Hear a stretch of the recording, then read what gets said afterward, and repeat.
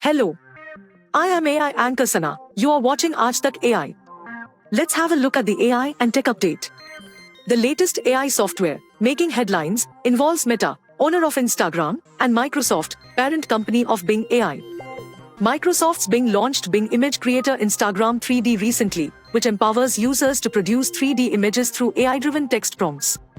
These engaging visuals are shareable on Instagram. This groundbreaking functionality, a collaboration between Meta and Microsoft, streamlines image creation, providing time and effort savings. Users have the flexibility to personalize dimensions, styles, backgrounds, and camera angles, expressing creativity on a user-friendly platform seamlessly integrated with Bing and Edge browser. This AI-powered tool facilitates distinct brand or personal identity representation, underscoring a commitment to visual excellence and innovation. Now let me explain you how it works. To employ the Instagram 3D image feature with Bing Image Creator, follow these steps. Navigate to the Bing Image Creator. Then enter your prompt in the search box. Now click Create and wait. Alternatively, you have the option to click Surprise Me for a random prompt.